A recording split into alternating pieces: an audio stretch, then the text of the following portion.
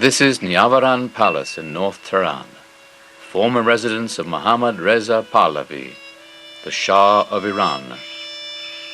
It was from here that in January 1979, the Shah left to go into exile, never to return.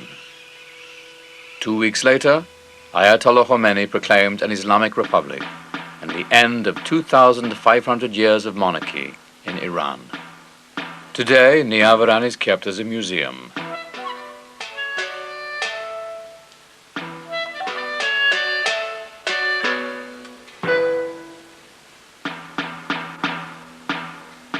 In the Shah's dressing room hang uniforms heavy with ribbons and braid, the classic trappings of a third world dictator. Frozen in time by the events of 1979, this is the Shah's enduring reputation. But the man who wore the uniforms would never accept this label. In his own eyes, he was a visionary king, leading a grateful nation towards something that he called the Great Civilization. History now tells us that he was wrong, but for nearly 40 years, many people gambled on him being right. This is the story of that gamble, and of why Mohammad Reza Pahlavi became the last Shah.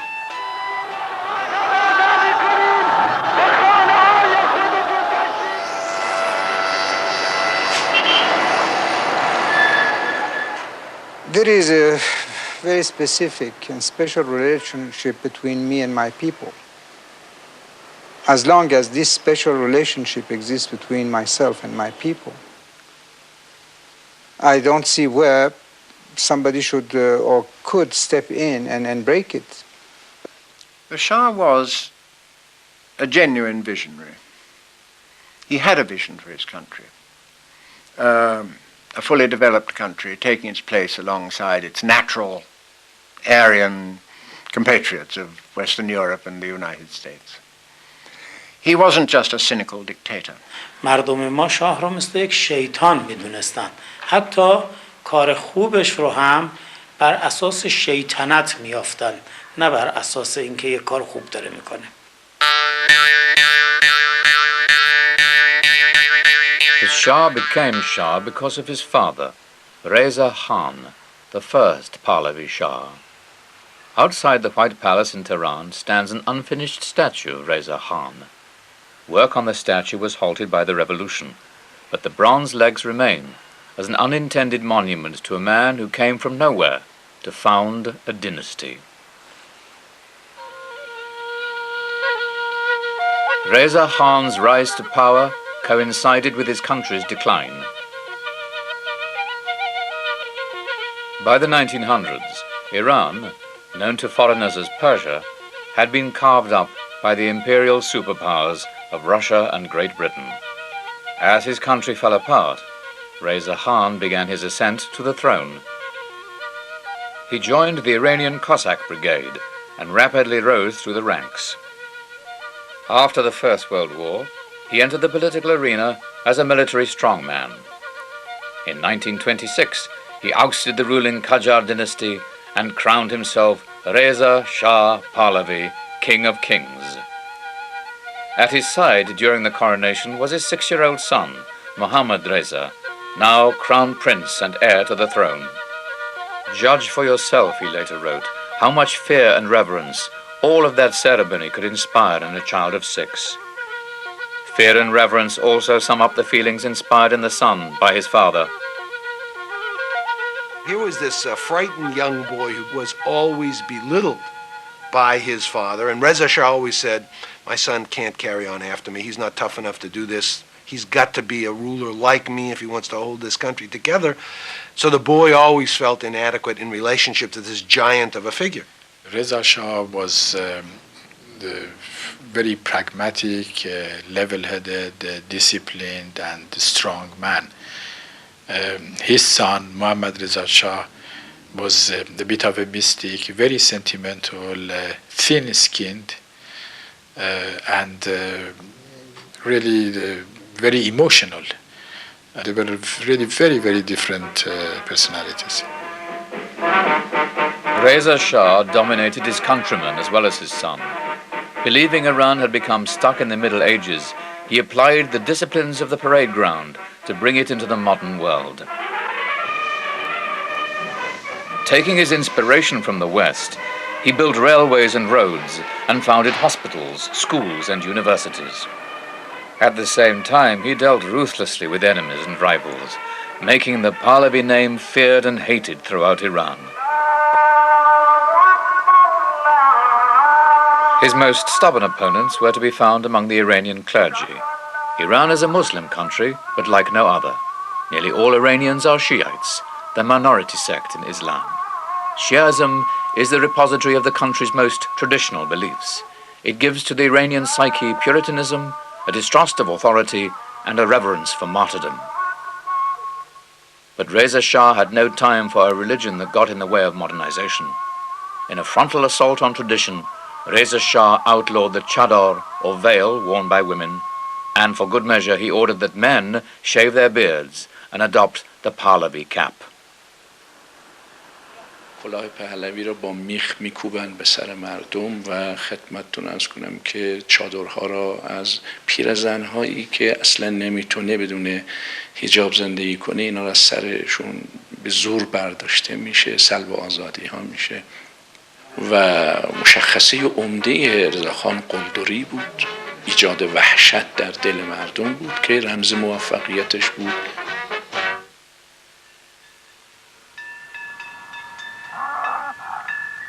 In 1931, Reza Shah sent his 11-year-old son to be educated in the West, at Le Rosé School on Lake Geneva in Switzerland. Reza Shah said, "It is hard for me to part from my beloved son, but Iran needs educated and enlightened rulers." But the beloved son was to suffer more than the father. He was sent to a foreign country with a guardian who was intimidated by Reza Shah into making sure that this boy never got into any trouble, so the boy was never allowed to do anything. He couldn't ride a bicycle, he wasn't allowed to go off weekends climbing in the mountains in Switzerland, and so he was basically marooned in his room. He had an utterly miserable time. He was a lonely, miserable, isolated young man.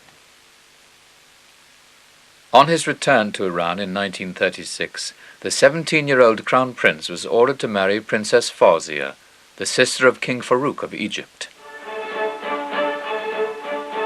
The royal wedding took place in Tehran in March 1939. Among the guests of the celebrations were military attachés from European countries on the brink of war. Reza Shah had intended to keep Iran out of the war, confident that his army would deter any aggressor. But the British and Russians needed to run a supply route through Iran, and so, on the 25th of August 1941, they invaded from the north and south. There was virtually no resistance. The swift action that occupied a weak country in danger of falling into the grip of Hitler. Expecting to be dethroned, Reza Shah abdicated in favor of his son. He went into exile in South Africa, where he died in 1944. His last message to his son was, "Never be afraid of anything."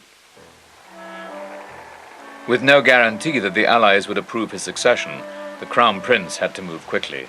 On the 16th of September 1941, the plainly nervous 21-year-old arrived at the Iranian parliament and swore to reign as a constitutional monarch. Iran had a new king, and no one seemed more surprised than the new Shah himself. He was like a child who is suddenly thrown into a stormy sea and asked to swim. So he had no time to think what was happening to him. He was carried by the events. After the war, political life in Iran, stifled for so long under Reza Shah, returned. Nationalists vied with the Communist Tudeh Party for control of the streets, while the country's traditional power blocks, landowners, bazaar merchants, aristocrats and clergy schemed tirelessly to claw back the privileges that Reza Shah had usurped. As a constitutional monarch, the new Shah appeared to play no part in this power struggle. Behind the scenes, however, he was working hard to create a power base for himself. Hoping to mobilize the support of Iran's huge rural population, he started to give away the deeds of crowned lands to peasant farmers. These simple ceremonies express the Shah's ideal of kingship, a benevolent ruler giving and a grateful people receiving. In February 1949, an attempt was made on his life. 5 bullets were fired from close range. Though wounded, the Shah survived. This near-miraculous escape confirmed a conviction he had held since childhood. One of the dominating characteristics of the Shah was his report that he was divinely protected and inspired by visions. He had very serious childhood illnesses, and he reports that he was saved from each disease by a vision which came to him at night. The Shah concluded that he was divinely protected and that he was kept on earth in order to fulfill a divine mission. That was a very important part. People didn't take it seriously. He believed it. The Shah's brush with death concentrated minds on the succession. Despite the birth of a baby daughter in 1942, his marriage with Fawzia had not prospered. They had divorced in 1948. It was necessary to find a new wife and produce a male heir. Soraya Esfandiari, half Iranian, half Bavarian, was selected for the role. After the divorce, the Shah was very lonely. Right away, the Shah fell in love with this fine lady. And especially after it was the time which she came to Tehran and they were engaged, she became ill. And apparently the first time His Majesty went to visit this beautiful lady, he had tears in his eyes coming down. They loved each other very much, I must say.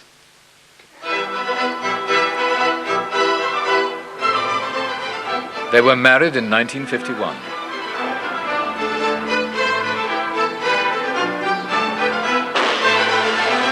By the 1950s, the Shah was still ruling as a constitutional monarch, but was finding the role increasingly restrictive.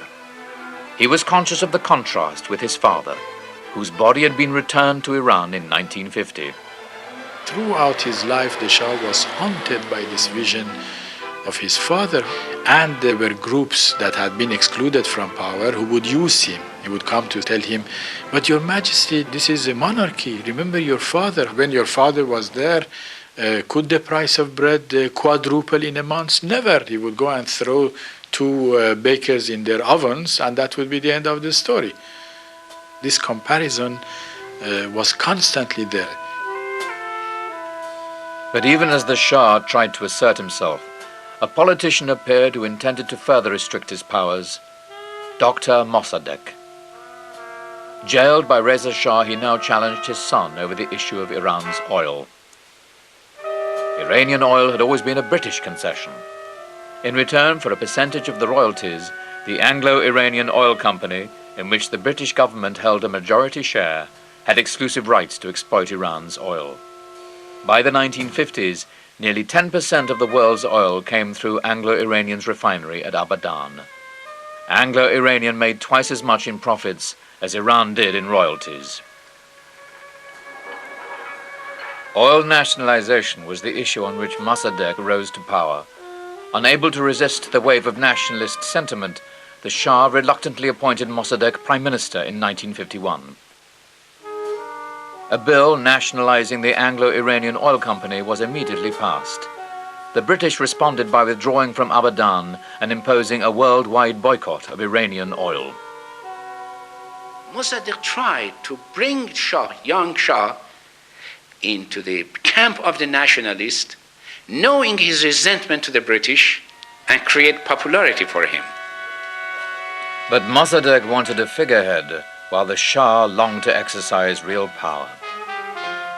So gradually, in a struggle between the nationalist movement against foreign domination, Shah gradually shifted towards the foreign powers. But the Shah was not strong enough to challenge Mossadegh directly. When he was stripped of his few remaining powers, he even offered to leave the country.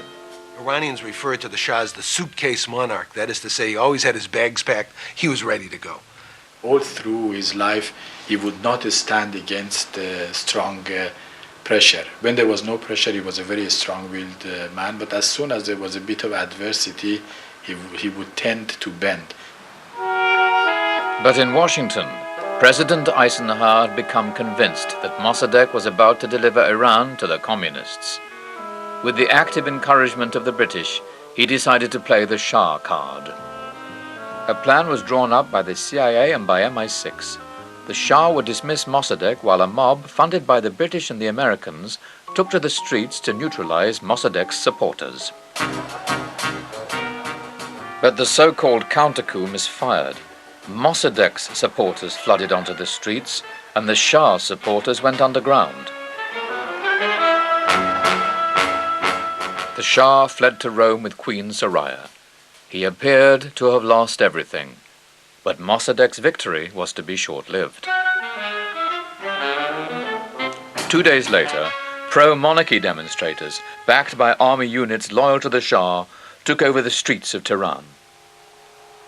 Some of the crowd had Secret Service dollars in their pockets, but many were genuine supporters of the monarchy. Mossadegh went into hiding, but was soon captured, put on trial, and placed under house arrest.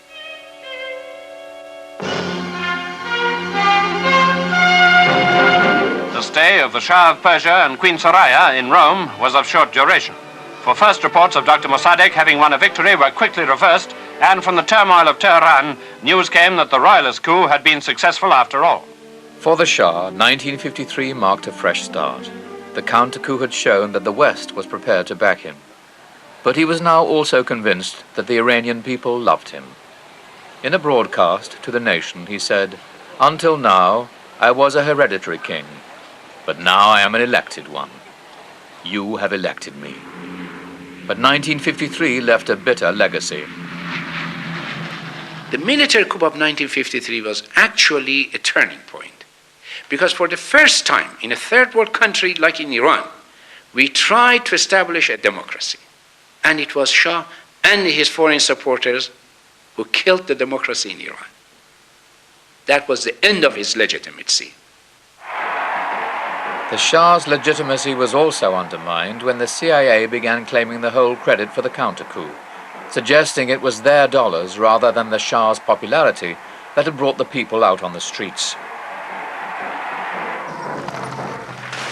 After 1953, America became a major player in Iran, pouring in aid and military advisors, and helping to set up a secret police known as SAVAK.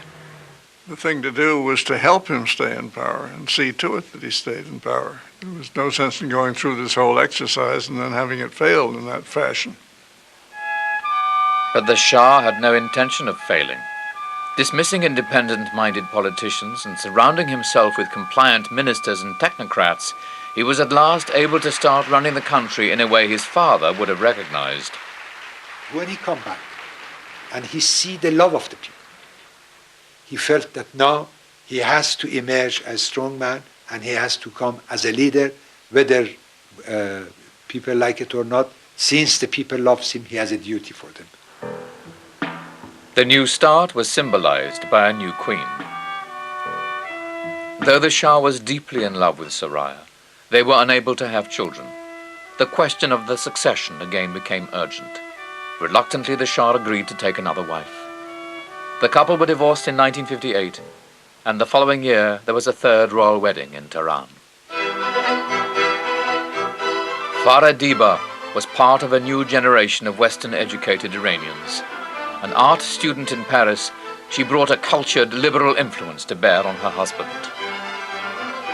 It was to prove an immensely successful royal marriage, giving a boost to the Shah's image as a modern-minded monarch, injecting fresh thinking into the court and supplying the vital heir to the throne, Crown Prince Reza, born to great popular acclaim in 1960. When I got married, I was 21. Of course, in those days, I never realized the scale of work which was waiting for me. And, slowly I became familiar with the problems. But I was very optimistic because, we had the will and the possibility to make our dreams come true. Farah turned out to be a very hard-working queen, very interested in her job. At the same time, she provided the smiling side of the royal family, while the Shah smiled less and less.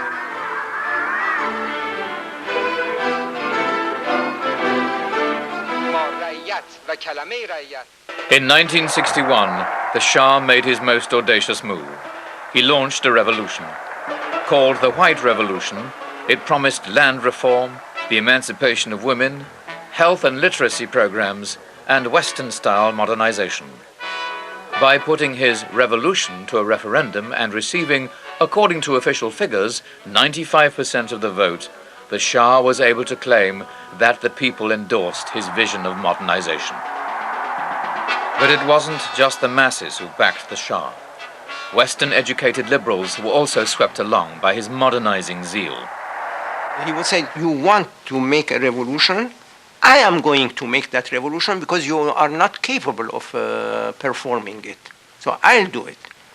And I am going to go very fast, very quick, and you have to run to catch me.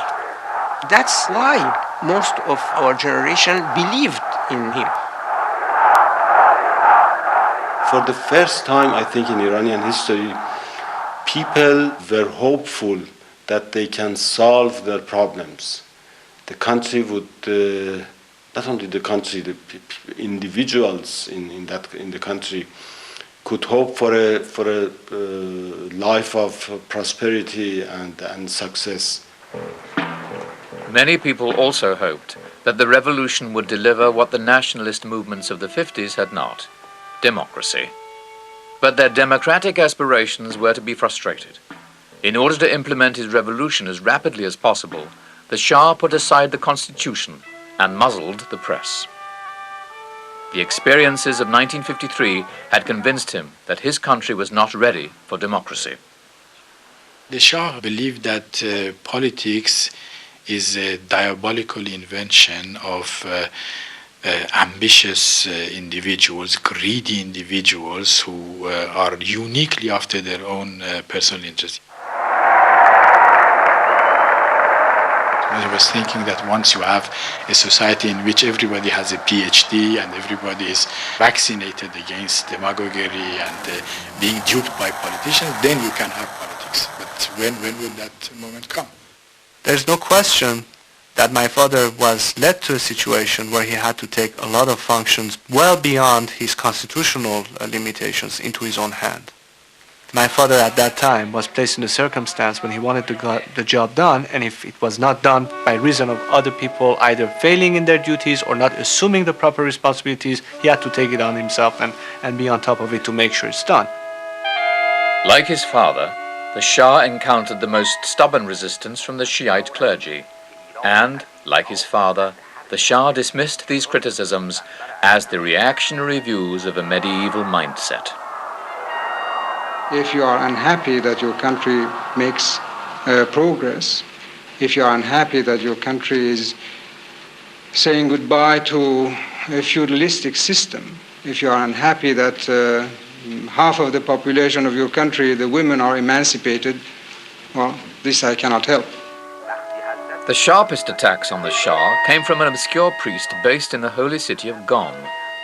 Ruhollah Khomeini preached against the Shah's reforms, claiming that the emancipation of women was against Islamic law, and accusing the Shah of being a puppet of foreign powers. In June of 1963, Khomeini was arrested and serious rioting broke out in Tehran and in other parts of the country. The Shah hesitated. Unwilling to stain his white revolution with blood, he refused to call out the army. His prime minister had to take the responsibility. The army went into action and several hundred people died. The problem with the Shah really is that he didn't have the ability to be ruthless when he had to be ruthless. When he needed to exercise power to preserve his throne, he really couldn't do it. Order was restored, and Khomeini was exiled to Najaf, a Shiite holy city in neighboring Iraq, where he continued to preach against the Shah.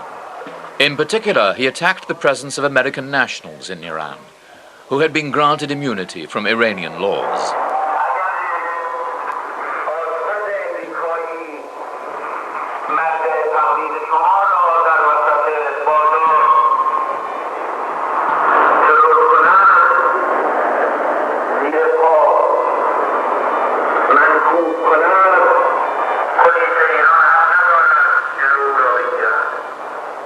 Despite furious tirades from Najaf, by 1967 the Shah felt confident enough to hold his coronation.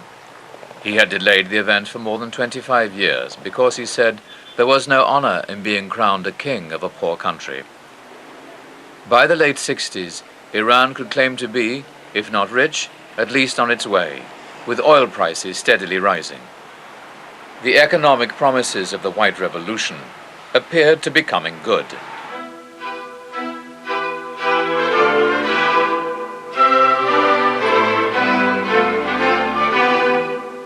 Like his father, the Shah crowned himself.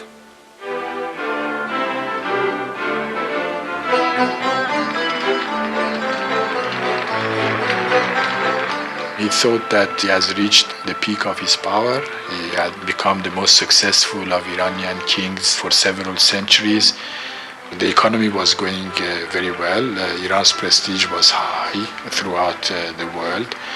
So he thought that he has arrived. And this was, in fact, the beginning of the fall.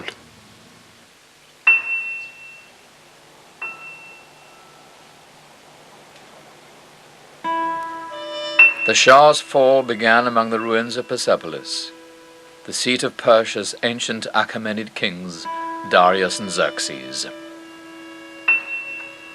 Iranian scholars close to the Shah suggested that the 2500th anniversary of the Achaemenid Empire be marked in some way. The idea had great appeal for the Shah. He could draw the world's attention to his own achievements and assert his own legitimacy by linking the Pahlavi regime with Iran's most ancient royal house. But most of all, the idea appealed to the Shah's mystic side. He felt a bond between himself and the first Achaemenid king, Cyrus the Great, whose simple tomb was at Pasargad near to Persepolis. The celebrations began on the 15th of October, 1971.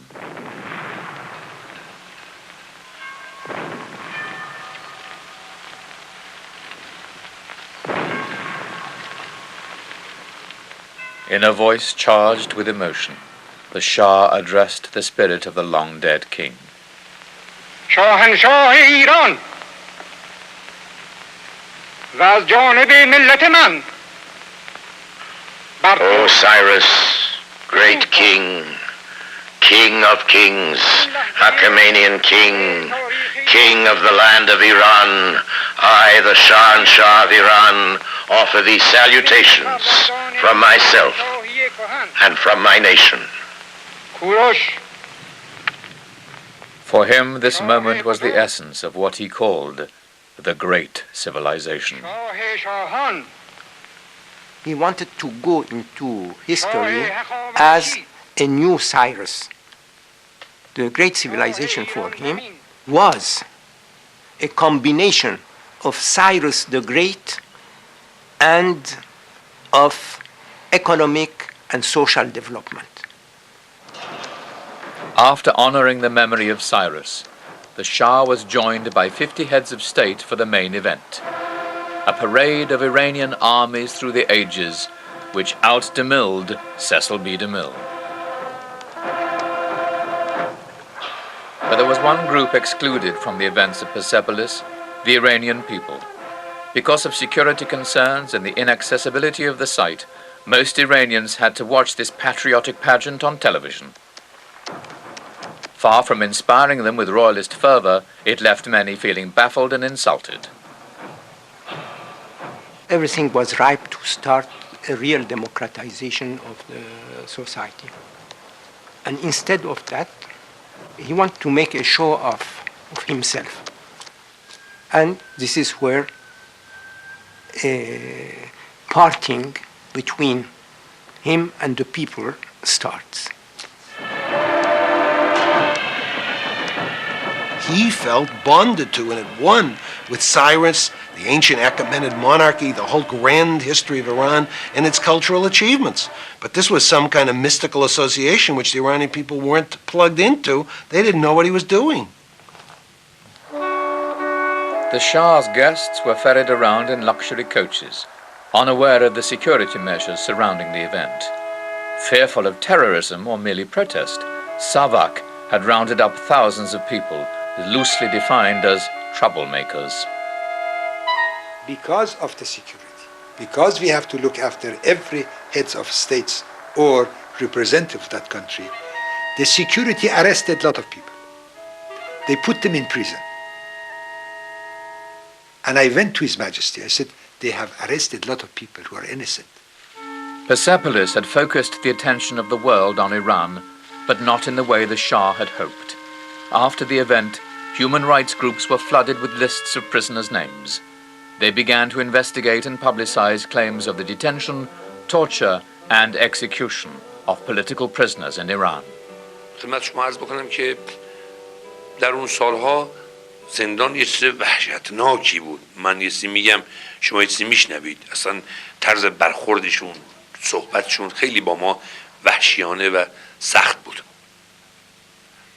یکی دو بار انسان رو مثلا با پا 6 ساعت آویزون میکردن، 2 ساعت آویزون میکردن که اصلا انسان فکر میکرد که همه دنیا الان داره مغزش رو متلاشی میکنه. An international campaign began which was to blacken the Shah's reputation. He used to say to me very often, why is it that I get such a rotten press in Britain and Iraq does not? Saddam's Iraq. I used to say, and I still believe this, you get this bad press, Your Majesty, because you expect to be treated as one of us, as part of the Western world, whereas we don't treat Iraq as part of the Western world. The Shah was baffled by the attacks, for at the same time as some in the West portrayed him as an oppressive dictator, Western leaders were urging him to spend billions to become the policeman of the Gulf. The Shah could never understand how he could be the object of both bitter vilification and sycophantic praise. But if he was hurt by the Western media, he had his revenge: oil. Convinced that the West had been getting cheap oil for too long, he worked within OPEC to raise prices. In 1973, oil prices quadrupled, and it was the Shah himself who in December of that year announced the latest rise. The Shah came to be seen as one of the West's chief tormentors, apparently taking particular delight in humiliating the British. If you continue this way, a permissive, undisciplined society, you are going to blow up. You work not enough, you try to get too much money for the little work that you are putting up, and this cannot continue. It can continue for a few months, maybe 1 or 2 years, but not forever. When he got a situation in hand where he had the whip hand, I can't say that he didn't enjoy that to a certain extent. After all, he felt that all through the years that he'd been Shah, that he'd had a pretty rough time. And that finally the day had come when he had some assets. And I think anybody in his position would have enjoyed that.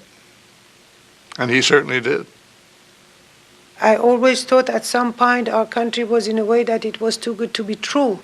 We were a country we had history, we had civilization, we had natural wealth, we had human wealth, which is so important.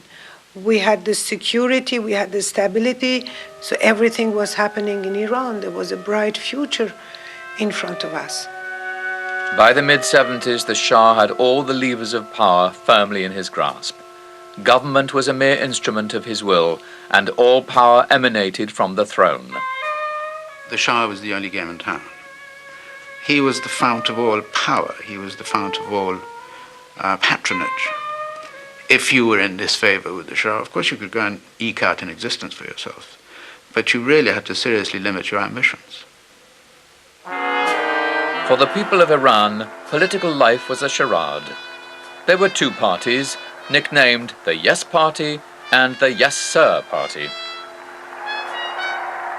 These were ultimately replaced by a single party, known as the King's Party.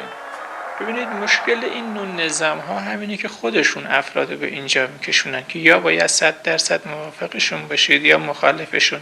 خودش راهی نمیذاشت که کسی اگر چیزی مثبتی هم ازش ببینه تایید کنه. خودش اینطوری میخواست. By the mid-70s, the Shah had achieved an international standing far greater than anything his father could have dreamed of. The suitcase monarch of the 1950s was unrecognizable in the emperor of oil. I think we were, to some extent, bedazzled by the superficial appearance of the Shah's control. Some of us, like myself, who had known of him back in the early 1950s, found it difficult to swallow the fact that he was a completely changed person. Others took it for granted that he was what he appeared to be. Strong, forceful, formidable, all-knowing, all-wise, totally in control. And this was the picture he presented to the world. I think in a sense we all accepted this, although some of us accepted it with greater reluctance than others. We particularly welcome you and the Empress as good friends and old friends. But even at the height of his power, the Shah remained an enigmatic leader. His imperious demeanor was often belied by diffidence, even shyness. I am deeply honored, Mr. President, to be once again your guest. He was the reverse of a charismatic man. He was a hopeless public speaker, wooden, boring. Put him in front of a crowd, his instinct was to withdraw. He was an introverted, really shy man. I think he actually was basically a rather timid man behind that facade of imperial grandeur. Because of this timidity, he was as much a victim as a maker of his own image. The biggest secret hidden behind the imperial facade was the fact that since 1974, the Shah had been undergoing treatment for cancer. The Shah did not admit to having cancer while he was on the throne. If everybody had known that he had cancer, they would have understood what this real hurry was to shove the country into a more of a 20th century mode. Looking for a shortcut towards the great civilization, the Shah had decided to plow all the extra money from the oil boom directly into the economy. Overnight, the 5-year plan was doubled. But after years of record growth, the country simply couldn't absorb any more investment. The benefits of Iran's economic miracle had always been unevenly spread, but when the miracle lost its potency, the massive inequalities between rich and poor were everywhere apparent.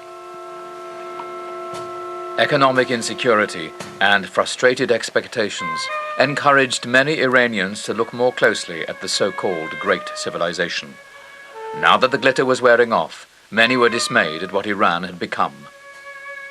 و شاید این خطا و این که فکر میکرد قدرت و با بعضی اصلاحات اقتصادی بهبود بعضی اقتصادی مشکلات مردم حل میشه و دیگه کسی چیزی نمیگه.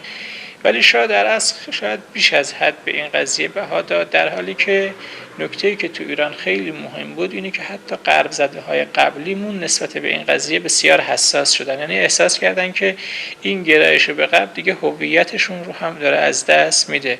It became fashionable to talk about West toxification, and it was understood that no one was more toxified than the Shah himself. His interests and his lifestyle all seemed to indicate a ruler who thought Western culture superior to Iranian. His religious critics argued that he was simply unsuited to be the king of a Muslim country. بر اساس قانون اساسی مشروطیت شاه موظف بود که پاسدار تشیع باشه و عامل نشر تشیع باشه. خب شما تصور کنید یک کسی که از نظر قانون پاسدار یک فرهنگیه، تمام زندگیش بر ضد اون فرهنگ باشه، چگونه میشه؟ اینا رو مردم میدیدند، جرأت حرف زدن نداشتن ولی جرأت فکر کردن و فهمیدن رو داشتن. But while religious leaders wanted a return to tradition, some Iranians, very often the children of the Shah's revolution, wanted democracy and even an end to monarchy. When you talk about Iran, then it was a country that was shifting gears. A great part of the country with traditional views, they had a little bit of a problem adjusting to the rapid pace of change.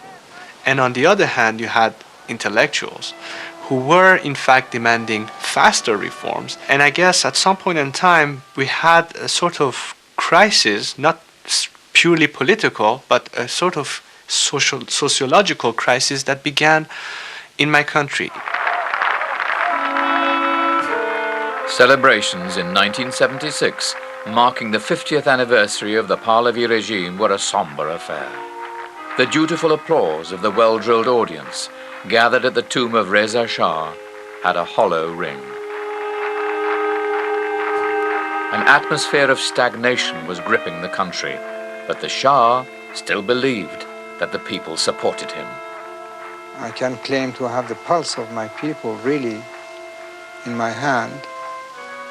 And we have shown to each other so many times signs of complete devotion to each other that there is a very special situation today in my country. In January 1977, Jimmy Carter took the oath of office on the White House lawn. Elected on a platform of human rights and the reduction of arms sales, Carter appeared to be the Shah's worst nightmare. The office of President of the United States. In fact, Carter quickly accepted that there was simply no alternative to the Shah. All he could do was to encourage the limited liberalization program that the Shah had introduced the previous year. Of the United States. So help me God. So help me God. Neither side appreciated that this liberalization would act as a catalyst in a country ripe for revolution. In the dying days of 1977, Jimmy Carter paid a visit to the Shah in Tehran. Conscious of the need to signal his support, Carter made a fulsome New Year's toast. Iran, because of the great leadership of the Shah, is an island of stability in one of the more troubled areas of the world. A few days after Carter left, a spark was struck that was to start the revolution. Ayatollah Khomeini had been a thorn in the Shah's side for 14 years. Recently, however, he had started calling for the overthrow of the monarchy. Reassured by Carter's unconditional support, the Shah decided to retaliate. There was an article prepared by the Shah's press office, and the Shah had a direct hand in it because he was furious about Khomeini, what he had been saying about him. So he wanted to answer, and he had this habit to answer any insult, any criticism, whatever the source. So he ordered the preparation and writing of this article, and they gave it to me to be published in one of the newspapers. It was a routine matter. The article accused Khomeini of licentious behavior and of being a British agent. It provoked demonstrations from his followers in the holy city of Qom. The authorities reacted, and a number of people were killed. The deaths in Qom triggered a recurring cycle of often bloody demonstrations. Secular opposition groups rallied to Khomeini's banner, and within weeks, unrest had spread throughout the country. All the things that had not happened in Iran over 15 years suddenly happened in 15 days. We had had absolutely no strikes. Suddenly everybody was on strike. We had had absolutely no demonstrations. Suddenly everybody was demonstrating. Nobody had seen any crowds in Iran. Suddenly there were crowds in the streets, and nobody could estimate their size. We all failed to predict the revolution. We identified all the areas of discontent and opposition. But since they were all opposed for a different reason, it was very difficult to see how they could actually coalesce, run together. The true leader of the Iranian revolution in negative way is the Shah. He did everything wrong to unite all different factions together.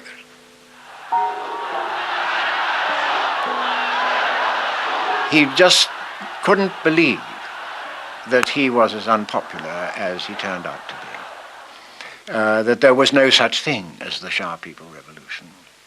That he hadn't formed a bond with the people, that they weren't grateful to him for all the changes that had taken place in Iran, that he really was that popular, and that of all things, black reaction was leading the people against him.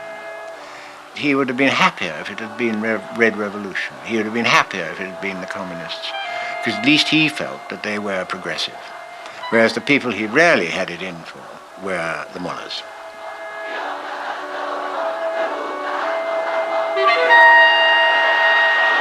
I don't say we didn't have shortcomings and problems, but it didn't deserve such a horrible revolution. People, really many of them had become hysterical. There was the only thing they wanted for the regime to change. And of course, everything started not immediately as a snowball. And unfortunately, the evil forces were stronger than we were. The turning point in the revolution occurred on a Friday afternoon in early September. Martial law had been declared in Tehran, but despite this, many people were determined to join a demonstration in Jaleh Square. صبحش که من می‌خواستم بیام از صبح جمعه که می‌خواستم از خونه بیام بیرون خانومم برگشت گفتش که محمد نرو رادیو اعلام کرد حکومت نظامیه من خندیدم گفتم با توجه به اینکه حکومت نظامیه باید برم و من اون روز یکی از اون افراد بودم که به قول ما یه قطره بودیم از دریا. The crowds found the route to Jaleh Square blocked by troops. As their numbers increased, they pressed forward and the troops opened fire. It was said later that the Shah himself had been flying above the crowd in a helicopter directing operations. But the bloody shambles of Black Friday was unplanned.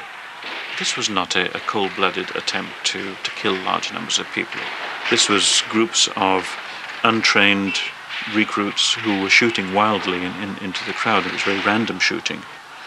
Nobody ever will know how many people died that day, but it was an extraordinarily bloody scene. The authorities put the numbers in the low 20s or 30s of fatalities. But in reality, I think it probably ran into a couple of hundred. When I saw the Shah shortly afterwards, he was absolutely horrified by what was happening. It was the first time I'd really felt that he saw that a situation was arising which he couldn't handle. He was saying over and over again that a dictator could kill his people, but a king could not. Despite all the expectations and the urging of hardliners among his advisers, the Shah refused to order the systematic use of maximum force. We were expecting more blood than what did actually took place. Relatively speaking, comparing to what happened in the French Revolution, Iranian Revolution was not bloody. For those observing from outside Iran, this hesitation was puzzling, even frustrating. People were saying, when's he going to do it? And he never did. It was very clear to all of us who were watching Iran at that time that the Shah wanted us to take responsibility for this. He wanted a clear order sent from Washington that said, crack down on these people, kill people if you have to, but reestablish order and stability. And Washington simply refused to do that. We simply were not going to put ourselves in that position. He clearly wanted us to. But some feel that the Shah's hesitation belies his popular image as a ruthless dictator. after 20 years of thinking about modernization, one of the things which changes in your mind is the question of blood. The Shah didn't want to go into history as a bloody dictator. If he had a ruthless side to him, I never had the opportunity to come across that. To me, he was the opposite. But you know, worse than being a dictator is to create a perception that you are one. In November, the Shah appealed to the nation, claiming that he understood and even sympathized with the revolution. من نیز پیام انقلاب شما ملت ایران را شنیدم.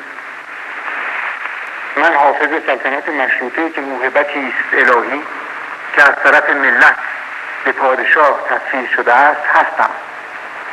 و آنچه را که شما برای به دست آوردنش قربانی داده‌اید تضمین می‌کنم. 2 days later, he authorized the arrest of many of his former ministers and advisors. The man in charge of Savak at the time had prepared a list of 500 top officials of the past 20 years and wanted to arrest them to give satisfaction to popular mood. And in 3 waves, I was arrested in the second wave. Some 70, 80 people were arrested, all staunch supporters of the regime. And several thousand were released from prisons, all blood enemies of the regime. It was really a perverse situation. My brother was dismissed from his job and put under arrest. Many people, both from Iran and from outside Iran, told me the day he did that, told me the Shah is finished. Because when a leader tries to avoid responsibility, he's not anymore a leader. The Shah, who demanded loyalty from everyone, was incapable of reciprocating it. And Hoveyda was thrown to the wolves to divert the pack. And I think this was a monstrous gesture on the part of the Shah.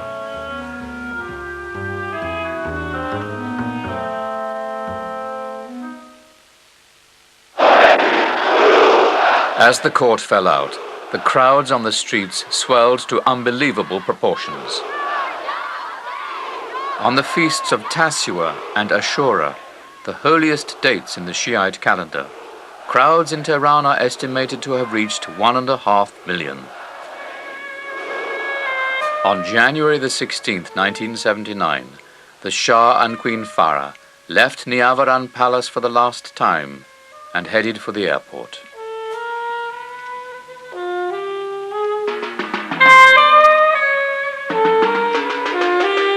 My husband left because he realized that if really people have been so much convinced that they are going to have a better life with another system or a religious millennium has to occur, there was nothing he could do about it.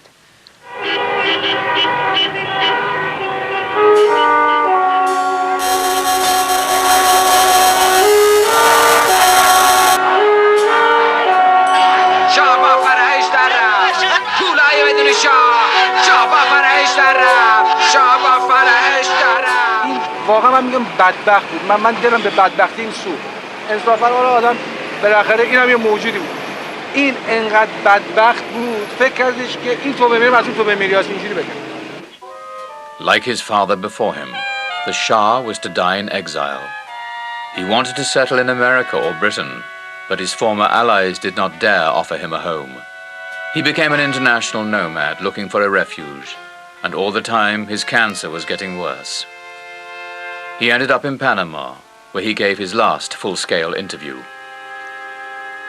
You think that Mr. Khomeini, uneducated person. He could have planned all this, masterminded all this, set up all the organization.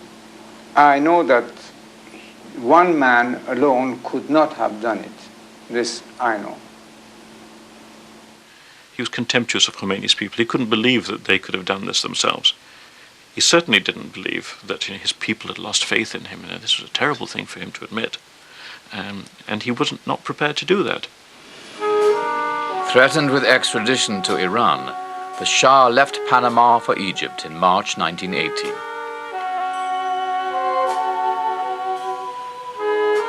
By then he had seen the return of Ayatollah Khomeini and the rapid capitulation of his army.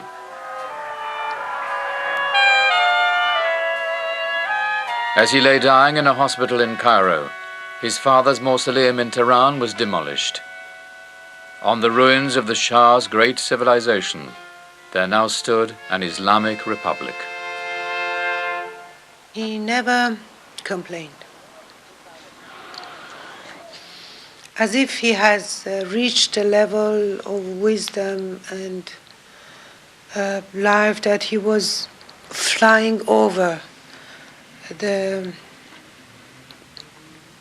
pettiness of life and treasons and injustices. And although he was really terribly, his heart was bleeding for what was happening in Iran, and times also questioning himself why, but he never complained.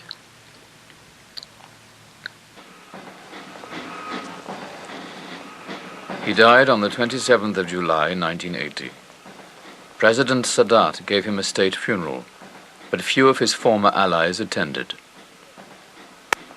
Radio Tehran announced his death with the words, "The bloodsucker of the century is dead."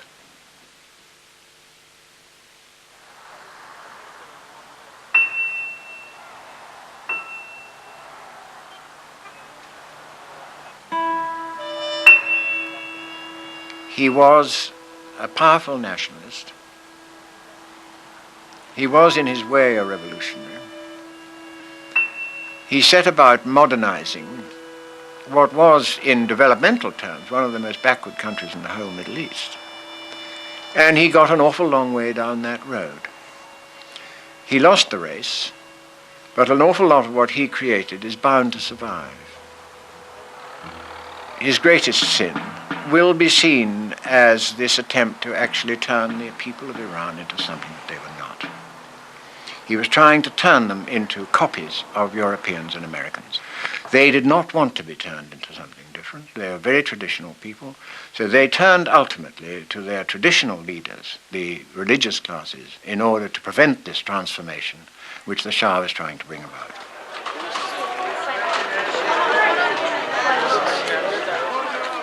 To me, it's a great tragedy that this man with such high hopes, and in a sense with such valid ambitions for his people, that he should have become so blinded to what was happening in his own country.